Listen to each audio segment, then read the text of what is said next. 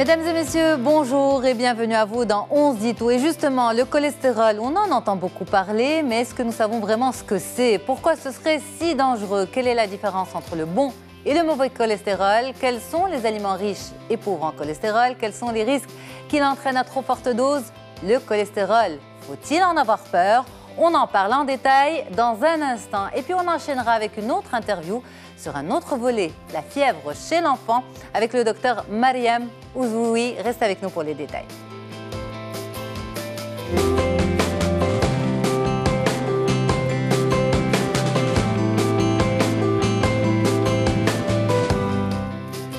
Le cholestérol, faut-il en avoir peur? On en parle tout de suite avec vous, docteur Baha Rabi', médecin nutritionniste. Bonjour. Bonjour. Merci d'être là. Merci. Professeur Ahmed Bennis, vous êtes cardiologue. Bonjour. Bonjour. Merci, professeur. Merci. Et docteur Samir Bensouda, vous êtes médecin du sport. Bonjour et merci d'être avec nous. Bonjour, merci pour l'invitation. C'est un plaisir de vous avoir. Alors, on va commencer vraiment par le tout début. Le cholestérol, c'est vraiment un terme, on va dire, qui s'utilise au quotidien, plusieurs fois par jour. Tout le monde en parle, mais est-ce qu'on sait vraiment ce que c'est? Le cholestérol, c'est quoi, docteur Baha Rabi'? Le cholestérol, ça correspond au gras. Donc c'est le gras dans le sang et c'est une molécule qui est un peu complexe, mais qu'on va sécréter soit dans notre organisme, soit on va la prendre à l'occasion de nos repas quotidiens. Alors cette info justement est très importante. Vous dites, soit on va en absorber à travers notre alimentation, soit notre organisme sécrète lui-même du cholestérol. Et ça, très peu de gens le savent, parce que quand on combat le cholestérol, on parle du cholestérol externe, alors que le corps a besoin de cholestérol, il en synthétise. Tout à fait. C'est-à-dire qu'en même temps, on a une partie qui est apportée par l'alimentation, mais on a une partie qui est sécrétée par le corps. Par le foie ? Par le foie, par l'intestin, par la peau aussi. Donc il y a une partie du cholestérol qui est fabriquée par le corps et c'est la partie la plus importante. Et c'est la partie la plus importante. C'est la plus importante, c'est-à-dire 1 gramme, les besoins, c'est 1,2 gramme, donc 1 gramme et c'est la sécrétion par le corps. C'est 90%? À peu près, c'est-à-dire si on dit 1 gramme apporté par le corps et 0,2 apporté par l'alimentation, ça c'est les besoins journaliers. D'accord.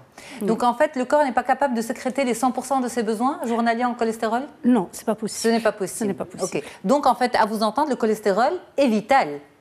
Oui, c'est vital parce que c'est nécessaire pour beaucoup de choses, beaucoup de fonctions au niveau de notre organisme. C'est vraiment important. On ne peut pas imaginer une vie sans cholestérol. Sans cholestérol. Mais justement, on détaille tout ça pour les téléspectateurs. Si vous permettez, l'organisme a besoin de cholestérol, notamment pour la synthèse de cette fameuse vitamine D. C'est la vitamine, on va dire, star de l'actualité médicale actuellement, entre autres. Est-ce qu'on peut comprendre de façon simple comment ça fonctionne? Alors, le cholestérol est indispensable à la vie. Il participe à la fabrication de cellules, d'hormones et de la vitamine D. Donc, il participe pratiquement à la fabrication de la plupart des cellules et la plupart des vitamines, des hormones et de la vitamine D. Alors, pour pouvoir fonctionner, le cholestérol a besoin d'être transporté par des transporteurs. Alors, nous avons 2 types de transporteurs.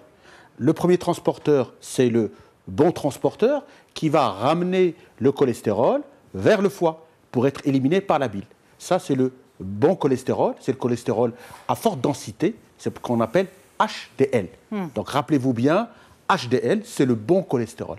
Et puis, on a le mauvais cholestérol qui va acheminer le cholestérol du foie vers les tissus.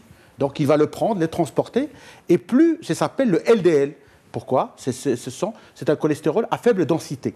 Donc, rappelez-vous bien, HDL, bon cholestérol, LDL, mauvais cholestérol. Or, ce LDL, c'est ça ce qui est dangereux pour la santé. C'est-à-dire que plus ce mauvais transporteur est là, plus il va transporter ce cholestérol et à la faveur d'une altération de vaisseaux, il va entrer dans les vaisseaux et va progressivement former des plaques de cholestérol, de graisse, et ces plaques de graisse qu'on appelle athérosclérose, qui vont être dangereux pour la santé. Donc le cholestérol est bon pour la santé, mais il ne faut pas que ça dépasse certaines limites, parce qu'une fois on dépasse certaines limites, on va tomber dans ce qui est pathologique et on verra les conséquences du cholestérol sur la santé, sur le cœur et vaisseau. Les mauvaises, vous avez dit qu'il ne faut pas qu'on dépasse certaines limites, donc en fait l'excès vient quand même de l'alimentation, parce que tout ce qui est produit par le corps, tout le cholestérol produit par le corps est bon pour la santé. Non, il y a aussi les causes familiales. Il ne faut pas oublier, même si on a une alimentation ça protège, mais il y a aussi c'est-à-dire des maladies familiales. C'est pour ça qu'il faut quand même qu'on le précise. On va y arriver, mais l'idée c'est juste de dire, est-ce que le cholestérol qui est synthétisé par le corps lui-même est toujours bon? Il est toujours bon. C'est que du bon cholestérol. Du bon cholestérol, c'est-à-dire que ça dépend. Quand on parle de cholestérol, comme a expliqué mon ami Ahmed, c'est que c'est le transporteur qui fait que le cholestérol est bon ou pas bon. C'est-à-dire c'est cette protéine qui va le transporter. Et même mon cholestérol que je sécrète moi-même, s'il est transporté par des mauvaises lipoprotéines, ça va devenir un mauvais cholestérol. Et ça, ce mauvais cholestérol, pourquoi est-ce qu'il est nécessaire? Même lui, il est nécessaire. Même le mauvais, il est... Mais dans quelle mesure il est dangereux? C'est que quand j'ai des facteurs de risque, quand j'ai l'oxydation de ce mauvais cholestérol, va faire que l'organisme va réagir comme si c'était un corps étranger. Et comme dans un match de rugby, on va le plaquer. On va le plaquer contre le vaisseau et donc il va former une plaque, ce qu'on appelle justement la plaque d'athérome. Donc c'est un mauvais cholestérol, mais si les conditions ne sont pas mauvaises, il n'y a pas de conditions d'oxydation, il ne serait pas mauvais. Et bien sûr, quand j'ai le HDL et HDL qui sont là pour protéger mes vaisseaux, je vais éviter l'oxydation de ces LDL. Parfait. Voilà. Alors, docteur Samir Bensouda, vous êtes médecin du sport. Oui. Et quand les patients viennent vous voir, est-ce qu'ils viennent vous voir pour lutter contre le cholestérol? Alors, il s'agit tout d'abord de ce patient qui vient nous voir pour l'activité physique. Eh bien, en général, il y en a certains qui ont déjà des facteurs de risque. Et ces facteurs de risque, il va falloir les diagnostiquer. Donc, le médecin du sport va demander une série d'analyses, des analyses sanguines, entre autres, qui vont détecter, on va faire un bilan lipidique et on va trouver une anomalie de ce bilan lipidique. On va trouver soit un cholestérol qui dépasse largement les 2 grammes, et on va trouver, par exemple, le LDL, qui est le mauvais cholestérol, qui dépasse sa norme, et le fameux HDL, qui est le bon cholestérol, qui est en dessous de sa valeur normale, c'est-à-dire en fait qu'il n'est pas protecteur. Dans ce cas-là, la première, lorsqu'on récupère ce bilan et qu'on a le patient en face de nous, il faudrait quand même prendre les choses de manière assez sérieuse et proposer une série de mesures. Et parmi lesquelles, donc, il y a bien sûr le régime alimentaire, comme mes confrères l'ont bien dit, mais il y a aussi l'activité physique. Et l'activité physique fait partie intégrante du traitement. Et quand on vient vous voir pour vous dire, pardon, on a un problème de cholestérol, oui. Est-ce que la notion du cholestérol est bien intégrée par les patients? Est-ce qu'ils viennent juste pour perdre du poids? Pour eux, le cholestérol, c'est tout le gras qu'il y a, visible et invisible, parce qu'on leur a dit attention à vos artères et tout ça, ou bien il y a vraiment cette notion du cholestérol qui est bien comprise, à savoir, attention, il y a le bon cholestérol, mais il y a aussi le mauvais, parce qu'ils arrivent presque chez vous en fin de chaîne médicale. Exactement. Ça, c'est bien de le préciser, parce qu'en fait, vous savez très bien que chez nous, au Maroc, on a l'automédication. Oui, absolument. Et que les personnes qui viennent voir le médecin, elles le viennent voir en bout de chaîne. Donc, ils ont déjà récupéré beaucoup leurs médicaments en pharmacie. Ils ont été traités chez eux avec des médicaments qui ne sont peut-être pas adaptés. Et ils viennent vous voir donc pour le jour où ils ont entendu parler du cholestérol un peu partout, par la voisine, par le pharmacien, par le monsieur tout le monde ou le madame tout le monde. Les pharmaciens sont habilités à en parler quand même. Ça reste des scientifiques. Il reste des scientifiques, on est d'accord. Néanmoins, je pense que le diagnostic d'hypercholestérolémie ou d'hypocholestérolémie devrait être... il est codifié. Codifié et devrait être laissé au médecin. Je pense qu'il y a la formation nécessaire pour pouvoir en juger.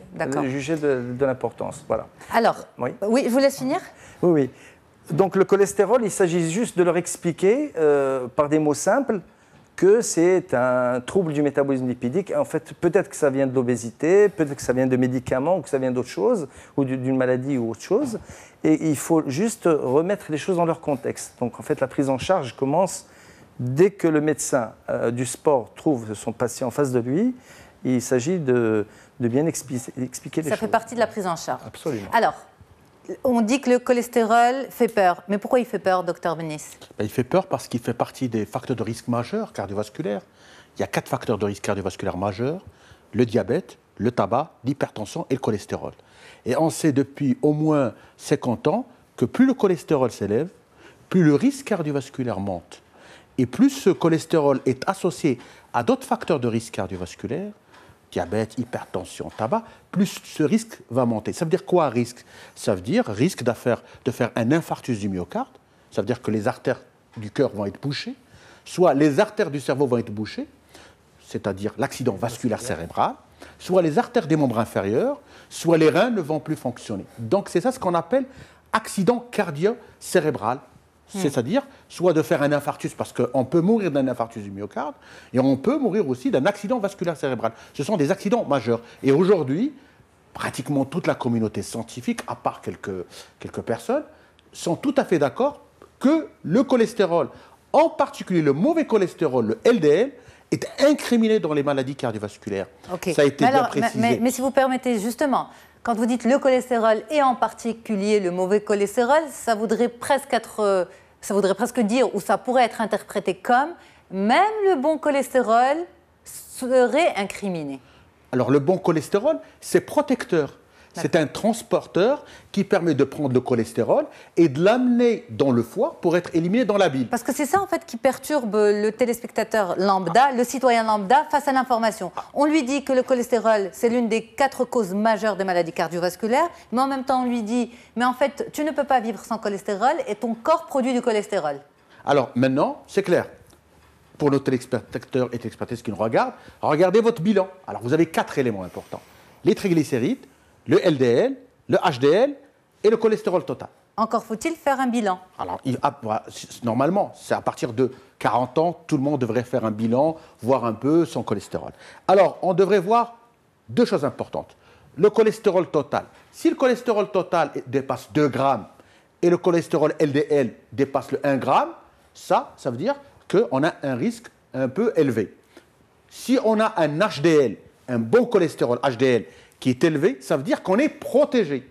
Élevé, c'est-à-dire alors, HDL, c'est autour de 0,4. Ça dépend des hommes ou des femmes. Okay. Alors, il y a, ce qu'on m'a dit Samir tout à l'heure, c'est que l'activité physique augmente le bon cholestérol. Donc, on a une double équation. On a d'une part le bon cholestérol qui va nous protéger parce qu'il va épurer le sang de ce cholestérol et il va l'acheminer pour être éliminé. Et on a d'autre part le mauvais cholestérol qui va amener ce cholestérol vers les tissus et qui va former ces plaques. Et le problème, c'est que ces plaques vont boucher progressivement les artères et il va y avoir de l'inflammation, un caillot de sang et ça va donner le grand épisode qui est l'infarctus du myocarde ou l'accident vasculaire cérébral. Mais il n'y a pas que le cholestérol qui donne ça. Il y a différents facteurs. Il y a différents facteurs qui se regroupent. Alors, parmi les facteurs les plus importants, le tabac, le diabète, l'hypertension et le cholestérol. Et l'hérédité aussi joue. L'hérédité, on a des familles de gens qui ont fait des infarctus, on a des familles de gens qui ont fait des accidents vasculaires cérébraux. On a parlé du cholestérol, aussi. La sédentarité. On a parlé tout à l'heure d'hérédité. On a des hypercholestérolémies familiales. On a des gens qui ont, à l'âge de 6 ans, 10 ans, des cholestérols à 6, 7, 8 grammes. Donc, et qui vont faire des infarctus très jeunes. Oui, mais professeur, c'est peut-être ça reste des exceptions quand même, pour ne pas faire peur. Mais en même temps, est-ce que ces gens-là, s'ils sont pris en charge avec une alimentation équilibrée, avec une activité physique, ces gens, c'est carrément des enfants, parce que vous parlez de 6-7 ans, est-ce que même dans un contexte sain, ils vont quand même faire cette hypercholestérolémie? Absolument. Alors, c'est une petite proportion. Pardon. Il y a des gens qui ont des anomalies génétiques qui vont naître avec un cholestérol très élevé, de l'ordre de 6-7 grammes. C'est rare, c'est une petite proportion. Ces gens, même si on fait des régimes, vont faire des... Il y a un dysfonctionnement. C'est un dysfonctionnement. Ils ont à ce moment-là besoin d'un traitement assez intense par des statines, parfois même par des épurations. Enfin, ça reste un domaine un peu petit domaine. Mais si on parle du commun des mortels, de la majeure proportion de la population, le message est clair. C'est que plus le cholestérol est élevé, plus le risque cardiovasculaire est élevé. Et ça, aujourd'hui, il n'y a pas débat parce que Tout le monde a entendu qu'il y a un débat, qu'il y a une controverse. On va revenir sur le... là-dessus. Oui, absolument. Mais il y a une relation directe entre le taux de cholestérol et le taux d'événements cardiovasculaires. Très bien. Mais on devrait aussi peut-être parler des causes des hypercholestérolémies, des causes qui sont maîtrisées, connues, et d'autres qu'on peut, sur lesquelles on peut tomber. Par exemple, en préparant l'émission, je suis tombée sur une information qui dit que certains médicaments, comme la pilule, augmenteraient les risques d'hypercholestérolémie. Est-ce que le corps médical présent ici confirme l'information? Oui. Moi, je la confirme. Oui. Donc tous les deux vous confirmez. Oui, c'est moi cool. aussi, je n'ai jamais cessé d'en parler dans nos émissions. C'est que la pilule plus le tabac, ça favorise un cocktail dangereux pour les femmes. Et ça peut favoriser la rupture de plaque. Le risque endothélial, en fait. Voilà. Endommage l'artère. Parce que quand on dit aux gens, faites du sport, mangez sain, alors, une femme, par exemple, qui fait du sport, qui mange sain et qui prend une pilule contraceptive, voilà, est-ce qu'elle se met en danger? Voilà, et justement, Yasmine, aujourd'hui, on ne va pas encore ouvrir une polémique sur la pilule. Mais c'est important de soulever ces points. C'est clair que la pilule, comme tout autre médicament, elle a des effets indésirables. Maintenant, ces effets indésirables peuvent être majorés par certains comportements.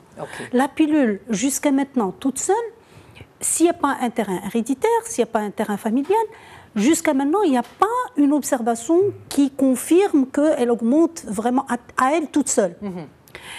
Par contre, la pilule, comme a dit le professeur Denis, c'est qu'avec la cigarette ou avec une mauvaise alimentation, avec une sédentarité, c'est clair que nous avons là, d'ailleurs, la pilule n'est pas considérée comme facteur de risque à elle toute seule. C'est avec un autre facteur qu'elle va accentuer le risque de faire de l'athérosclérose ou augmenter le cholestérol.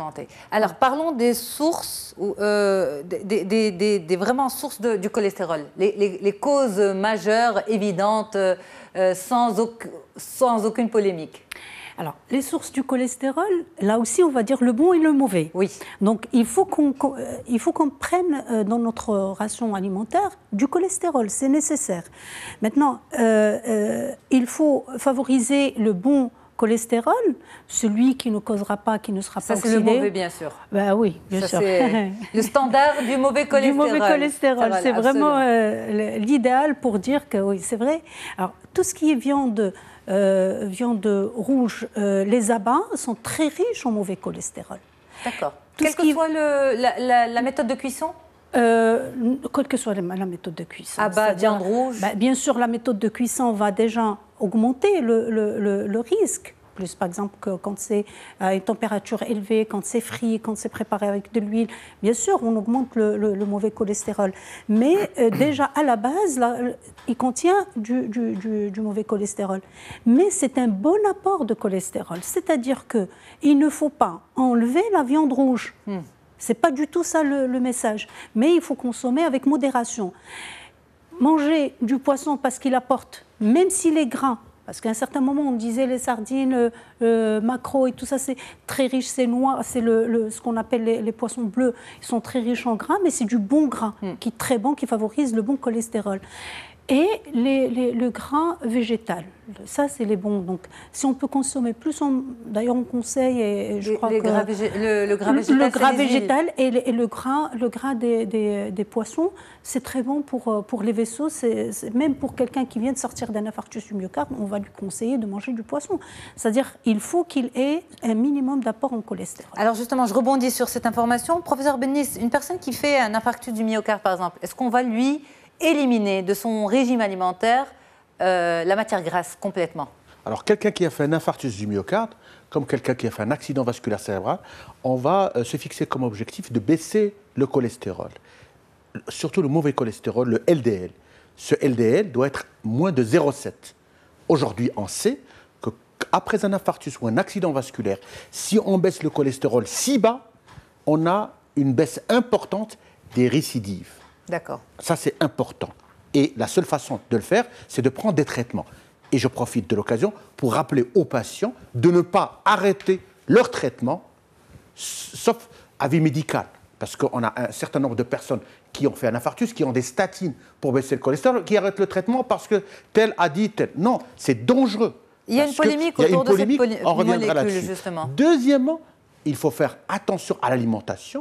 Alors, ce qu'on propose à quelqu'un qui a fait un infarctus, c'est de réduire tout ce qui est graisse animale, tout ce qui est viande rouge, et bien sûr... Réduire, mais pas éliminer. Pas éliminer. Okay. Et bien entendu, aller vers une alimentation riche en légumes, en fruits, et bien entendu, une activité physique on va développer qui est adaptée.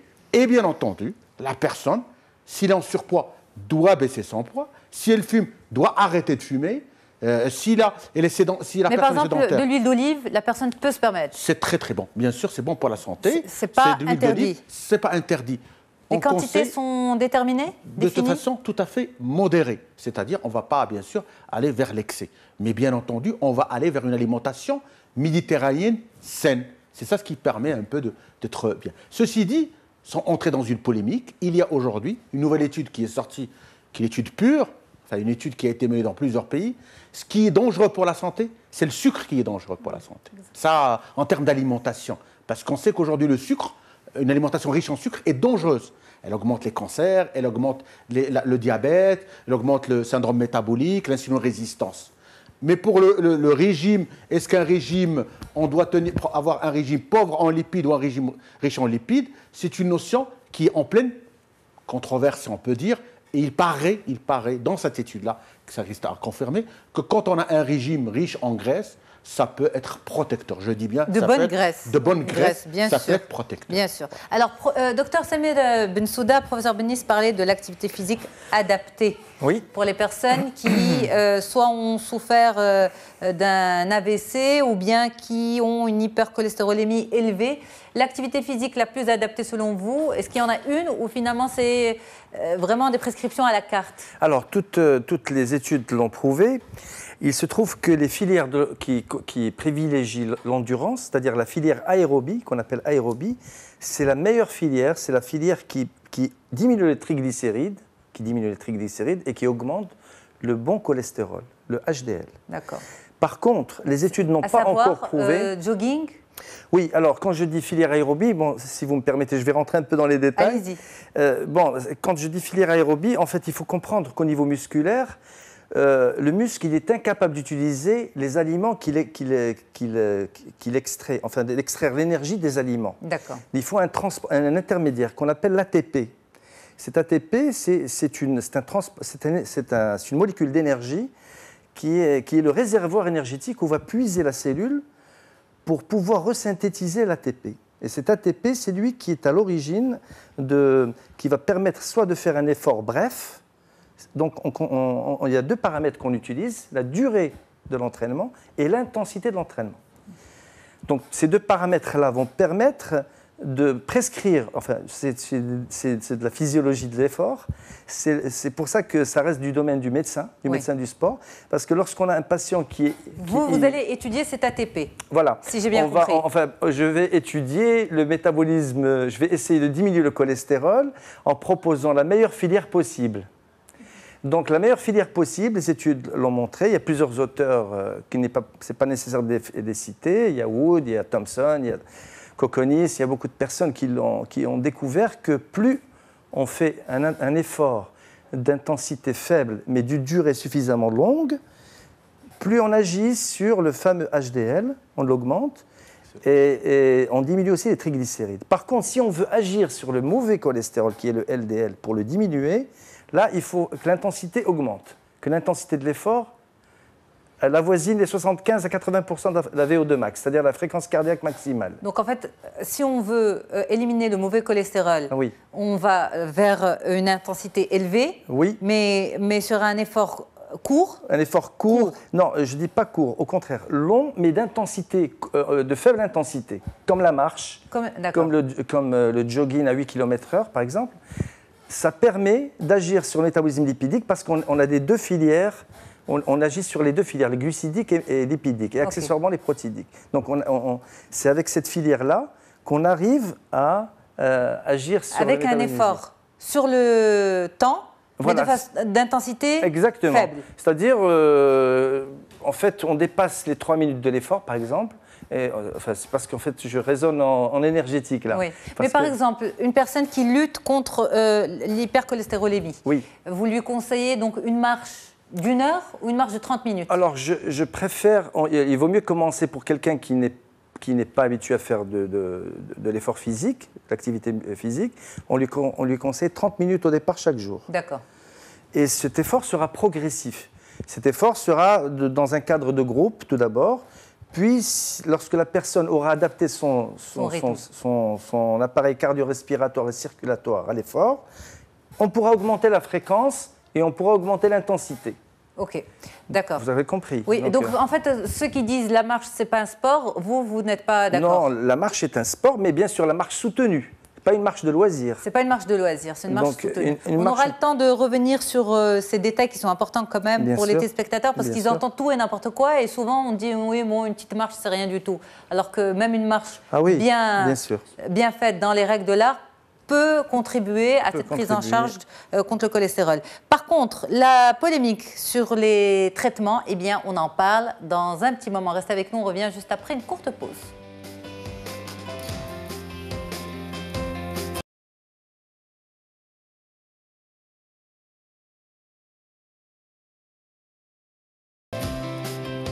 Allez, nous sommes de retour pour la deuxième partie de notre émission On se dit tout. Aujourd'hui, entre autres, le point sur le cholestérol. Le cholestérol, faut-il en avoir peur? Les spécialistes l'ont bien expliqué. Le cholestérol, c'est vital pour l'organisme. D'ailleurs, notre corps en synthétise plus de 90% du cholestérol nécessaire à son bon fonctionnement. Donc, on continue la discussion.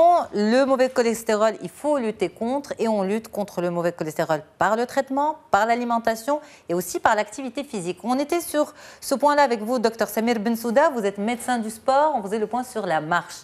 Et souvent, on a entendu, je reviens sur ce point parce que c'est important et je sais que ça interpelle beaucoup de téléspectateurs, souvent on a entendu que la marche, oui, c'est banal. Ça ne fait pas grand-chose au corps, c'est pas vraiment un sport. Vous nous dites non, la marche, une marche sportive, bien sûr intense, eh bien c'est très bon pour l'organisme. Et en plus de ça, en off, on continuait la discussion sur le sujet. Vous nous avez dit, les marathoniens ont un taux très élevé de mauvais cholestérol. Non, de bon cholestérol. De bon cholestérol, voilà. HDL. HDL. De bon cholestérol. De bon cholestérol, exactement, c'est ça. Ils ont un taux élevé de bon cholestérol dans le corps. Donc, c'est une bonne chose de la marche au marathon. Mais le marathon, quand on le court, c'est quoi, 8 km/h? En fait, l'idée principale qu'il faut retenir et qu'il faut transmettre aux téléspectateurs, c'est que l'exercice le plus adapté à lutter contre les facteurs de risque doit être progressif. Et vraiment progressif, mais préventif. En préventif et répétitif et je dirais continu, répétitif et constant. Il faut dire ça, il faut le répéter. En fait, il s'agit de faire la marche, par exemple, mais de manière régulière tous les jours, 30 minutes, c'est bien comme début. Mais si on veut améliorer son profil lipidique, il faut augmenter son intensité au fil du temps et bien sûr sur la conduite éclairée des conseils du médecin du sport. C'est important ? Oui, enfin, c'est important de suivre le patient parce qu'en fait, un des rôles principaux du médecin du sport, c'est de suivre le sportif. Parce qu'il ne s'agit pas uniquement de donner des conseils au départ, mais en fait, il faut lui donner des conseils pendant toute sa pratique, pour sa pratique sportive quotidienne ou alors même pour le sportif du dimanche. S'il a un problème particulier, parce que quand on entend parler du médecin de sport, on a l'impression que c'est le médecin qui va suivre les équipes, qui va suivre les sportifs pour les challenges. Mais alors, vous dites, on peut aussi conseiller le sportif du dimanche. Mais bien sûr, le sportif du dimanche peut avoir un problème de facteurs de risque, comme le cholestérol, un hypercholestérol, une hypercholestérolémie ou alors une hypertriglycéridémie, et ne pas le savoir. Donc, en fait, le médecin du sport va lui faire son diagnostic, va lui donner des conseils adaptés, tels que un bon matériel, de bonnes chaussures, faire de la marche en groupe, commencer par des fréquences cardiaques très basses, parce que vous savez que plus on fait de l'effort, plus la fréquence cardiaque augmente. Absolument. Donc il faut s'aider d'un cardiofréquence-mètre Le cardiofréquencemètre permet de ne pas dépasser un maximum théorique qui est de 220 mois l'âge. Bon, ça c'est technique. C'est technique. On le laisse pour les consultations, on va dire face à face. C'est un peu ça. Mais vous avez dit quelque chose, docteur Bensouda, Oui. vous avez dit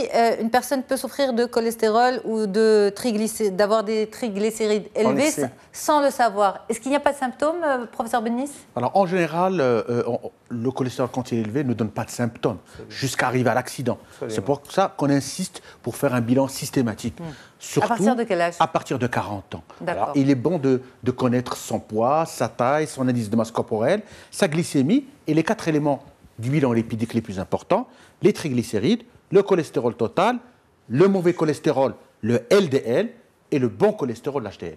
Comme ça, on a une idée. Surtout si on fume, si on a du surpoids, si on a une hérédité coronaire ou d'accident vasculaire. Donc, on est à risque. C'est pour ça qu'il est important de savoir. Donc, le plus souvent, le cholestérol est asymptomatique. Et on peut le détecter aujourd'hui. On a des méthodes pour détecter est-ce que quelqu'un a du cholestérol par le biologique, mais aussi par des tests. Lorsqu'on voit les artères carotides, on peut voir s'il y a des dépôts de plaques sur les artères. On a aujourd'hui des techniques pour aller mesurer, par exemple, le score calcique dans le cœur, pour aller Mais c'est voir... pour des profils à risque, quand même. Pour des profils à risque, absolument. Donc c'est pour ça qu'on conseille aux gens, à partir de 40 ans, de faire un bilan systématique. C'est comme un dépistage. Un dépistage. OK. Un peu avant, s'ils sont à très haut risque. D'accord. C'est-à-dire, si on a perdu un père à l'âge de 50 ans, une mère à l'âge de 50 ans, si on a dans la famille beaucoup d'hypertension, de diabète, de cholestérol, donc c'est un profilage de risque cardiovasculaire. OK. Voilà. Alors, on va parler de la prise en charge par l'alimentation avant d'attaquer le volet des molécules qui font débat. Oui, ben justement, en parlant d'alimentation, quand on parle de cholestérol, on pense tout de suite aux lipides, alors que c'est pas vrai. Il y a le sucre aussi est aussi dangereux parce que finalement, le mauvais cholestérol, il est oxydé lorsqu'on a un taux très élevé de sucre. Donc c'est un facteur de risque qui va permettre l'oxydation. C'est des facteurs aggravants en fait. Et c'est ce qui va déclencher l'oxydation. Parce que finalement, qu'est-ce qu'on a dit? C'est l'oxydation qui va faire qu'il y aura l'athérome. S'il n'y avait pas l'oxydation, les LDL seraient libres, il n'y aurait pas de problème. Ils seraient éliminés par le corps? Par le corps. Donc ça veut dire quoi? Si on mange un hamburger, oui. Un hamburger bien gras, oui. et qu'on ne l'accompagne pas de soda, et qu'on ne l'accompagne pas de glace. Non, alors là, du tout. Voilà. Non, alors, voilà. Parce que le hamburger, il peut être un bon repas, et c'est ce que je dis toujours. Le problème, c'est dans le sucre rajouté à l'intérieur du hamburger, parce que c'est du pain qu'on prépare avec du sucre. Donc, c'est ça qui est dangereux. Déjà, ça, c'est mauvais. La préparation de la viande, d'accord. Si la viande elle est dégraissée, moins grasse et qu'elle est préparée de manière saine, il n'y a pas de souci. Et à l'intérieur, ce qu'on va mettre, est-ce qu'on va mettre de la mayonnaise, est-ce qu'on va mettre... Absolument. Mais le hamburger pourrait être un bon repas. Okay. Maintenant, c'est la préparation. Ouais. Alors, les frites aussi, bien sûr, la manière de les préparer, c'est un facteur. C'est déjà la pomme de terre, c'est du sucre, mais qui n'est pas très dangereux. Par contre, son mode de préparation va augmenter son. Alors, ajouter la boisson gazeuse. Alors, bien sûr, c'est la bombe. Exactement, pour l'organisme. Oui. Mais quand je parle du sucre, c'est le sucre qui est dans notre sang, c'est-à-dire le sucre, le taux de glycémie que nous avons. C'est-à-dire, quand j'ai un diabétique qui est mal équilibré, c'est normal, c'est quelqu'un qui va oxyder plus ses LDL et donc il est à risque de faire l'infarctus. Voilà, donc il va boucher ses artères. Donc l'alimentation doit être d'abord, comme on a dit tout à l'heure, il faut apporter le cholestérol, mais avec un taux qui reste normal par rapport à notre corps. Bien sûr, l'adapter aux risques, aux autres facteurs de risque, parce qu'il y a un tableau avec tous les facteurs de risque. Est-ce qu'il a présenté un infarctus? Est-ce que c'est des antécédents? Bref, est-ce qu'il fume? Est-ce que c'est une femme ou un homme? Il y a une manière... Qui est plus à risque, la femme ou l'homme? Ça dépend aussi des autres facteurs de risque. Bien sûr, la femme, elle est plus à risque. C'est les hormones féminines qui font que les LDL sont oxydés plus facilement. Oui. Ceci dit, une femme qui fait du sport, de l'activité physique, elle a moins moins de risque qu'un homme, qui sédentaire, qui fume. Voilà, c'est carrément une combinaison de facteurs de risque qui va nous dire voilà ce qu'il faut donner. Et là, le suivi nutritionnel, j'insiste là-dessus, Yasmine, puisque tu me tends la perche, c'est que quelqu'un qui est à risque, c'est une prise en charge multidisciplinaire. C'est-à-dire que quand j'ai quelqu'un qui présente un infarctus du myocarde, il faut la prise en charge, c'est vrai que c'est le cardio, mais il y a le nutritionniste, il y a le médecin du sport, c'est-à-dire c'est toute une prise en charge globale qui va faire que ce patient-là va éliminer les risques si on ne veut pas de récidive par la suite. Justement, professeur Bennis, vous orientez dans la prise en charge vers les autres spécialités au-delà du médicament que vous prescrivez. Est-ce que vous orientez vers la prise en charge nutritionnelle et vers la prise en charge physique? Bien entendu, c'est un travail d'équipe parce qu'il y a un double travail. D'abord, en termes de prévention, Samir l'a bien précisé, le fait de donner des conseils, d'arrêter de fumer, de faire de l'exercice physique, de manger sain, ça permet de prévenir avant d'arriver à l'infarctus, avant d'arriver à l'accident vasculaire cérébral.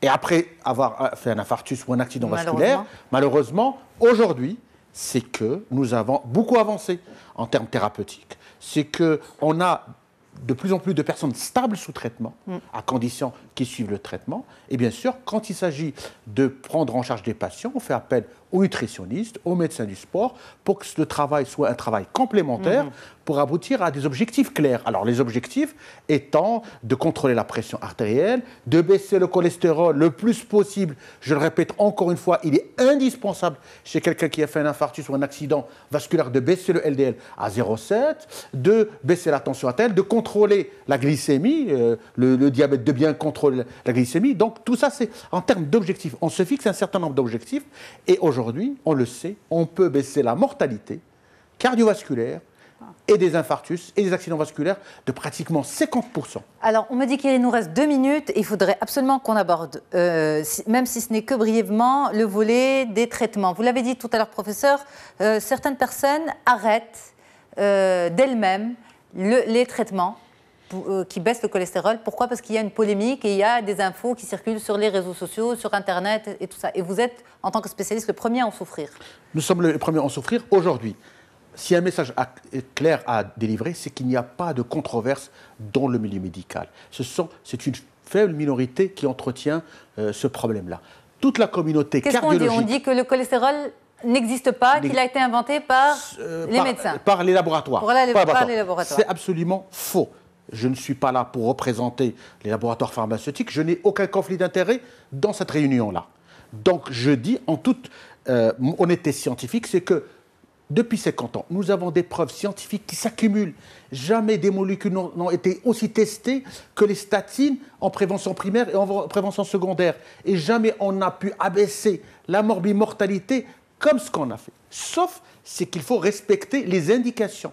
Quand il s'agit de prévention secondaire, quelqu'un qui a fait un infarctus ou un accident vasculaire cérébral, c'est indispensable. Il ne faut pas arrêter le traitement. Il faudrait absolument suivre le traitement qui est prescrit. En prévention primaire, c'est du cas par cas. Si on a un père qui est mort à 50 ans, une mère qui a fait un accident vasculaire, et si on a un cholestérol LDL à 1,9 plus de 1,9, à ce moment-là, on est à risque. On donne des statines. Ailleurs, même si on a un peu de cholestérol, il faut faire un peu d'exercice physique, il faut surveiller son alimentation. Surveiller son alimentation. Par rapport aux statines, qui sont les molécules dont on parle, on peut avoir des effets secondaires, mais ces effets secondaires restent minimes, moins de 5% par rapport aux bénéfices énormes qui ont été apportés ces dernières années. Alors, on peut avoir des courbatures musculaires, des douleurs musculaires, des douleurs articulaires. Quand certains parlent carrément d'Alzheimer, de cause d'Alzheimer. Enfin, c'est extrêmement faible. Et je termine, les médecins, les cardiologues, les endocrinologues surveillent bien leurs patients. Donc, quand on donne une statine, on surveille par les enzymes musculaires, on surveille par les enzymes du foie. Et donc, on surveille nos patients. On ne va pas les lâcher comme ça dans la nature. Et donc, cette surveillance nous permet de tirer un bénéfice majeur du traitement et de diminuer les risques. La preuve encore que le cholestérol est impliqué dans les maladies cardiovasculaires, c'est qu'on est encore en recherche pour baisser le plus possible. Aujourd'hui, on a de nouvelles pistes de médicaments qui baissent encore le LDL cholestérol à 0,2, 0,3 et qui sont encore plus puissantes. Et on le voit, nous, en tant que médecins, on a des plaques qui régressent sous traitement. Donc aujourd'hui, le message aux patients, s'il vous plaît, n'arrêtez pas votre traitement. Parfait. Merci beaucoup pour cette émission de sensibilisation au grand public. Je rappelle, Dr Baha Rabia, médecin nutritionniste, professeur Ahmed Menis, cardiologue, et Dr Samir Bensoudam, médecin du sport. Merci beaucoup. Moi, je reste avec les téléspectateurs. On va s'occuper d'un autre sujet santé. À tout de suite.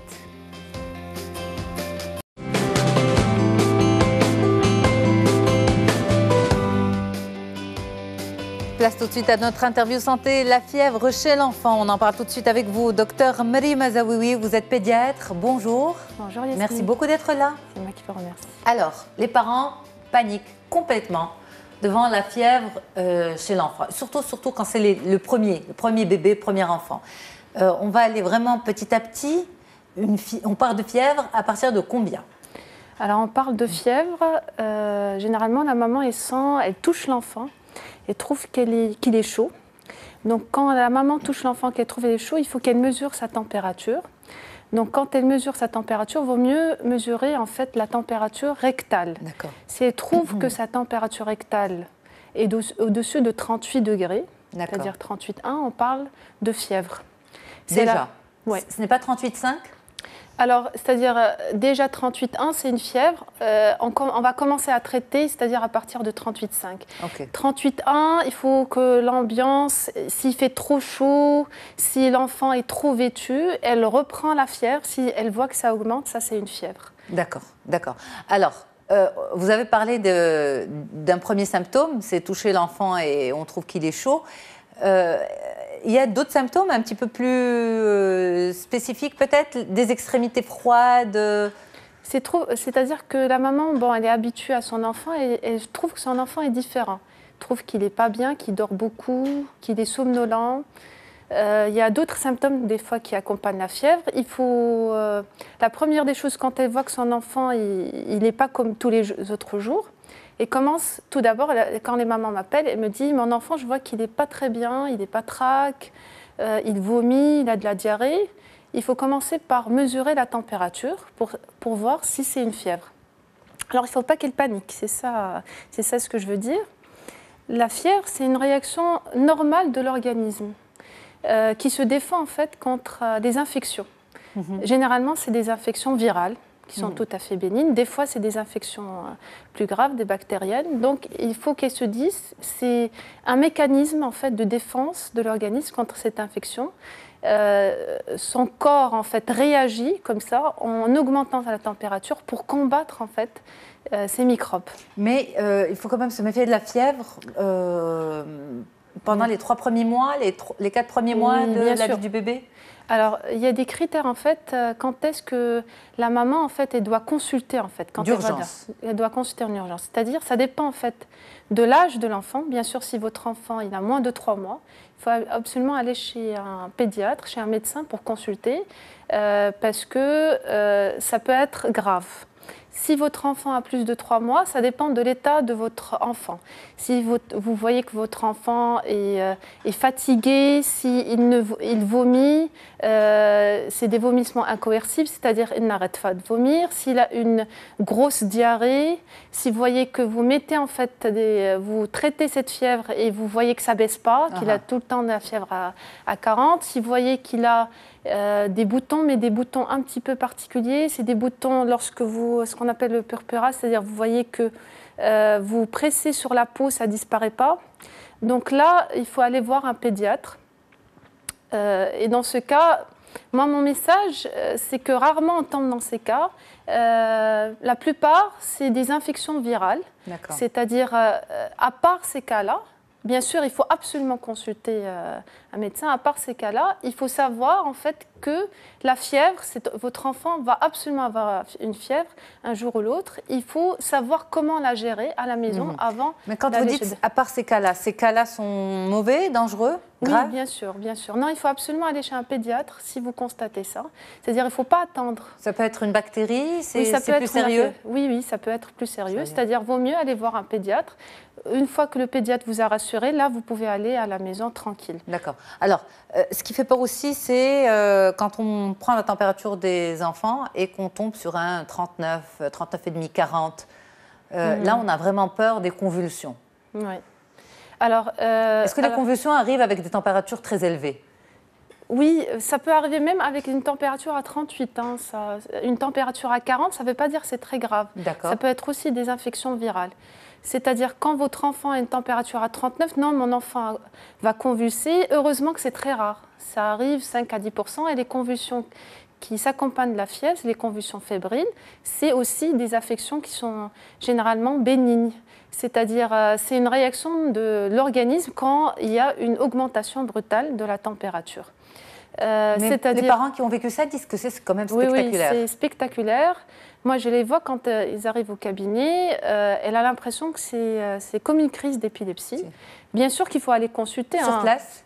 Bien sûr, il faut aller voir. Alors, mais au moment de la crise, comment les parents peuvent gérer à la maison, si ça se passe à la maison par exemple? Alors, il faut mettre l'enfant en décubitus latéral droit, c'est-à-dire sur le côté pour qu'il n'inhale pas. Sur le côté droit? Sur le côté droit. Okay. Et il faut faire baisser la température, essayer de faire baisser la température. C'est-à-dire, on commence tout d'abord par dévêtir l'enfant et par mettre en fait un médicament. En première intention, c'est la paracétamol.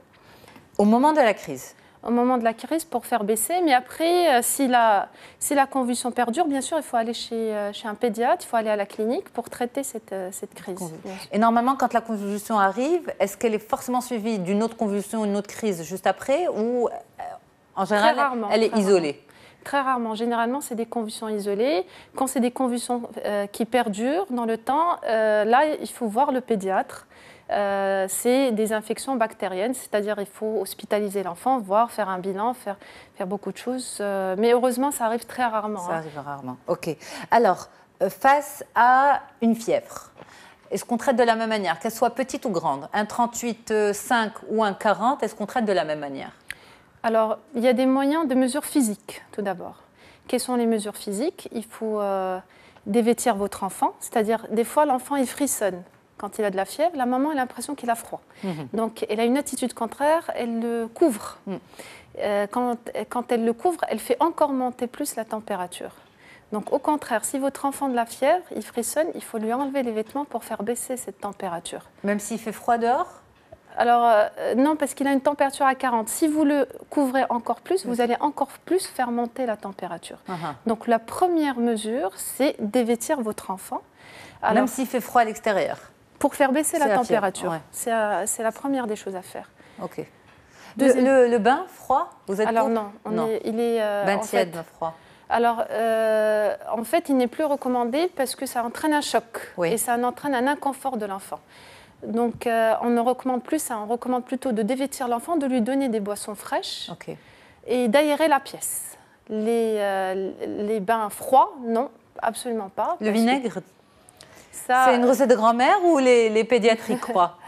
Ça, c'est plutôt une recette de grand-mère, mais bon, moi, je ne pense pas que ça va aider en fait, l'enfant à faire baisser la température, mais je ne suis pas contre. C'est-à-dire, si la maman est plus rassurée de mettre du vinaigre, c'est surtout ça, en fait, c'est dévêtir l'enfant, lui donner des boissons fraîches et aérer la pièce. Après, il y a des médicaments qui font baisser la température. Alors, ça, c'est juste pour... il faut savoir que la fièvre, c'est normal, hein, c'est juste pour entraîner un confort de l'enfant. C'est ça le but, en fait. C'est-à-dire, il y a en première intention, on utilise la paracétamol. Il y a d'autres médicaments qu'on peut utiliser en alternance, l'ibuprofène, à partir de 3 mois, si la fièvre ne baisse pas. Et bien sûr, si vous utilisez ces 2 médicaments, vous voyez que la fièvre ne baisse pas, il faut consulter un pédiatre. Au bout de combien de jours, vous pensez qu'il faut consulter? Alors, si votre enfant ne va pas bien, vous voyez qu'il est fatigué, vous consultez le jour même. Le jour même. Vous n'attendez pas. Si vous voyez que votre enfant va bien, c'est-à-dire on peut attendre 48 heures. Généralement, il faut consulter au bout de 2 jours. Mais si vous avez le moindre doute, si vous voyez que votre enfant a changé, n'hésitez pas à consulter votre pédiatre. Il y a aussi un autre souci qu'ont les parents avec la fièvre la nuit quand l'enfant dort et qu'on sait qu'il faut alterner, par exemple, toutes les 6 heures ou toutes les 4 heures entre ibuprofène et paracétamol. Et donc, l'enfant dort. Est-ce qu'il faut mettre le réveil, se réveiller, le vérifier, prendre la température pour éviter que la fièvre ne monte, ou s'il dort, il faut le laisser tranquille? Alors, la fièvre, en fait, c'est un mécanisme de défense de l'organisme. C'est-à-dire qu'il ne faut absolument pas lutter contre la fièvre. Si votre pédiatre, vous avez consulté et votre pédiatre vous a dit que c'est une infection virale, c'est-à-dire s'il fait une petite fièvre de 38,5, ce n'est pas la peine de réveiller votre enfant. Vous le laissez.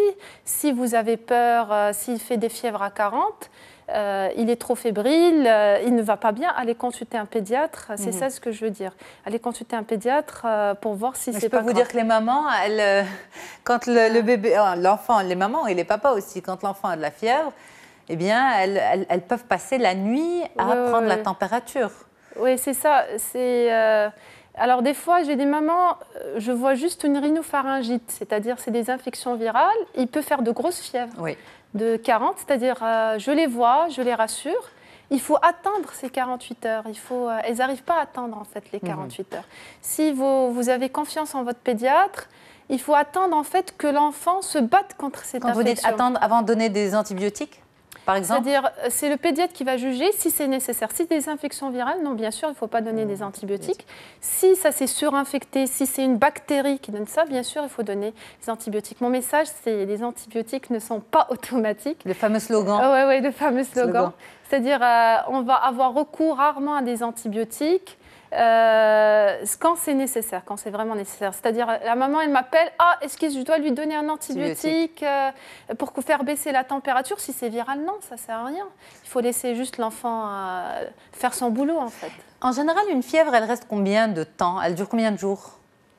Alors, ça dépend, en fait, du type d'infection. Si c'est une infection virale, c'est 4 jours, 5 jours, 3 jours? Ça dépend. Je ne pourrais pas répondre à Il n'y a pas de règle précise. Il n'y a pas de règle. Généralement, moi, quand je vois un enfant, il n'a rien, il a une fièvre isolée, surtout une petite fille. Des fois, on a recours à des bilans. C'est-à-dire qu'on voit que la fièvre perdure au-delà de 48 heures. Des fois, on fait des analyses pour voir. Et des fois, c'est des infections virales. C'est-à-dire que ce n'est pas chronométré. Le virus ne va pas dire que c'est 48 heures. Vous pouvez demander un bilan aussi vite, après 48 heures de fièvre? Alors, ça dépend si votre enfant il n'est pas bien, je vois qu'il a de grosses fièvres, bien sûr, il faut demander un bilan. C'est-à-dire qu'il ne faut pas hésiter à demander un bilan, faire un prélèvement sanguin pour s'assurer que tout va bien. D'accord. OK. Donc, très, très vite, on peut aller vers un bilan? Ça dépend. C'est-à-dire c'est le pédiatre qui va juger. Okay. C'est-à-dire si votre pédiatre... Vous craignez quoi à ce moment-là? Une infection urinaire notamment chez une petite fille? Oui, c'est une petite fille, une fièvre isolée au-delà de 48 heures, elle fait de grosses fièvres avec des frissons. J'ai aucun signe, c'est-à-dire je vois que tout est nickel, il y a un examen. Des fois, c'est des infections urinaires. Il faut traiter cette infection, c'est une infection donc bactérienne. Donc, on n'a pas de moyen en fait de faire le diagnostic sans faire un bilan. Oui. C'est-à-dire, des fois, on demande des bilans, mais ça ne veut pas dire que c'est grave. C'est juste pour nous orienter un petit peu. Parce que les parents, là encore, paniquent quand le médecin demande un bilan. Non, le bilan, en fait, il ne faut pas paniquer quand on fait un bilan. Ça nous oriente. Et ça nous permet en fait de savoir qu'est-ce qu'il a l'enfant. Des fois, il va bien, on ne trouve rien à l'examen. On demande un bilan, ça ne veut pas dire que c'est grave. Ça peut être une infection virale, Parfait. Ça peut être une infection bactérienne. Merci de nous rassurer, Dr Mariam Azaouiwi. Vous êtes pédiatre et un grand plaisir pour moi de vous retrouver très très vite. Merci à toute l'équipe qui m'accompagne à Tanger, à Rabat pour la réalisation et la diffusion de cette émission. À bientôt.